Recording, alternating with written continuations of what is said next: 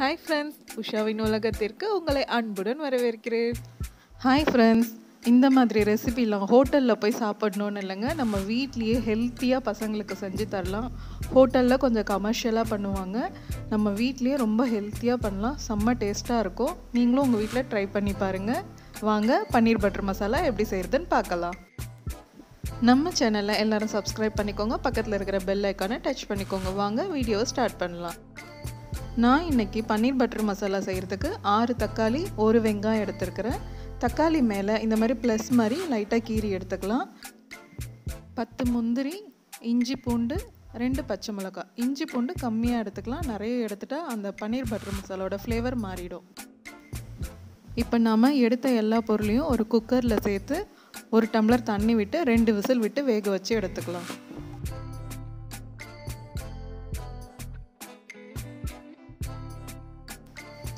நான் இன்றைக்கி milky miss பன்னீர் எடுத்துருக்குறேங்க. பன்னீர் ஃப்ரிட்ஜில் இருந்ததுனால ஹார்டாக இருக்கும்.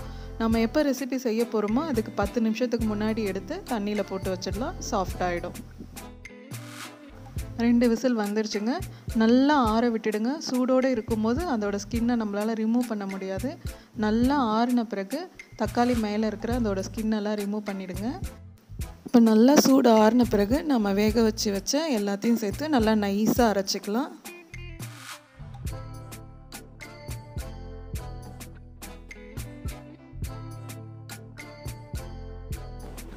இப்போ அரைச்சி வச்சதை நம்ம ஒரு வடிகட்டுறதை வச்சு நல்லா வடித்து எடுத்துக்கலாம்.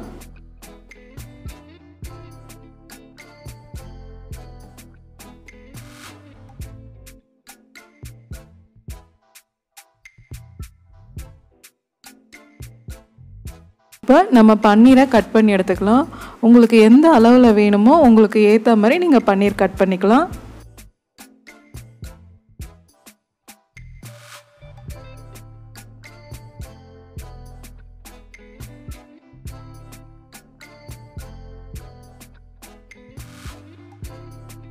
ஒரு கடாயில் 2 table spoon butter, 3 table spoon sunflower oil சேர்த்துக்கலாம்.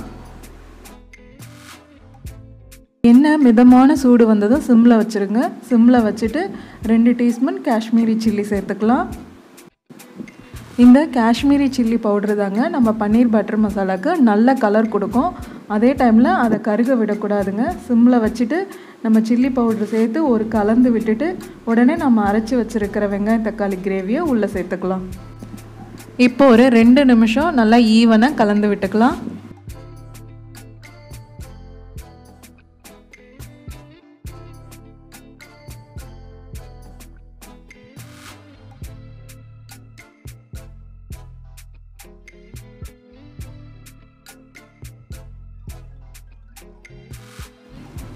இப்போ இதில் ஒரு 1/2 ஸ்பூன் கரம் மசாலா, நம்ம கிரேவிக்கு தேவையான அளவு உப்பு சேர்த்து ஒரு 5 நிமிஷம் நல்லா கொதிக்க விடலாம்.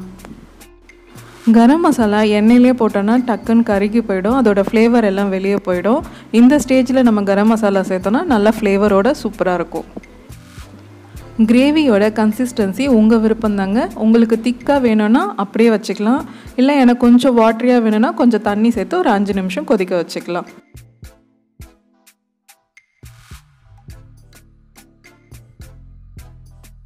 ஒரு பேனில் 1 ஸ்பூன் கஸ்தூரி மேத்தி சேர்த்து லேசாக சூடு பண்ணிக்கலாம். அப்போ தான் நமக்கு க்ரஷ் பண்ண ஈஸியாக இருக்கும்.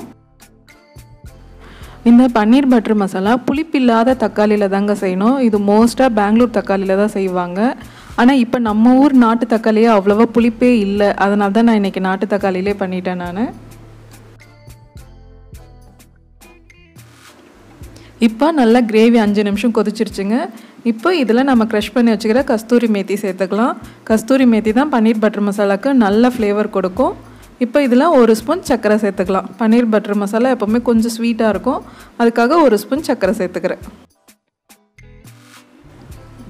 இப்போ இந்த ஸ்டேஜில் நம்ம கட் பண்ணி வச்சுருக்கிற பன்னீர் உள்ளே சேர்த்துக்கலாங்க. பன்னீர் சேர்த்துட்டு 1 நிமிஷம் கொதிக்க விடுங்க. அதுக்கு மேலே நம்ம கொதிக்க விட்டோன்னா பன்னீர்லாம் ரொம்ப ஹார்டாகிடும். ஒரே நிமிஷம் கொதிக்க வச்சுட்டு ஆஃப் பண்ணிடலாம். பாருங்கள் நம்ம கிரேவி எவ்வளோ கலர்ஃபுல்லாக இருக்குது. நம்ம கலர் எதுவுமே சேர்க்கலை, ஆனால் ஹோட்டல்லலாம் கலர் சேர்ப்பாங்க. கலர் எதுவுமே இல்லாமல் நம்ம வீட்லேயே ஹெல்த்தியாக செய்யலாம். பாருங்கள், ஒரு நிமிஷம் தான் நான் கொதிக்க விட்டேன். பன்னீர் எவ்வளோ சாஃப்டாக இருக்குது. இதுக்கு மேலே நம்ம விட்டோன்னா பன்னீர் ரொம்ப ஹார்ட் ஆகிடும். இப்போது ஃப்ரெஷ் க்ரீம் ஒரு 2 டேபிள் ஸ்பூன் சேர்த்துக்கலாம்.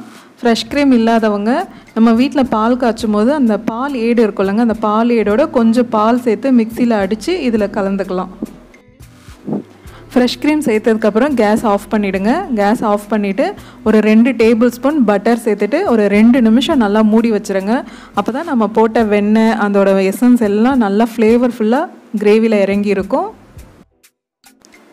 அவ்வளோதாங்க, ஹோட்டல் ஸ்டைல் பன்னீர் பட்டர் மசாலா நம்ம வீட்லேயே செஞ்சிட்டோம். இந்த ரெசிப்பியை நீங்களும் உங்கள் வீட்டில் செஞ்சு பாருங்கள். உங்களோட ஃபீட்பேக்கை கமெண்ட்டில் சொல்லுங்கள். செம்ம டேஸ்ட்டாக இருக்குங்க. ஒரு முறை நீங்கள் ட்ரை பண்ணுங்கள்.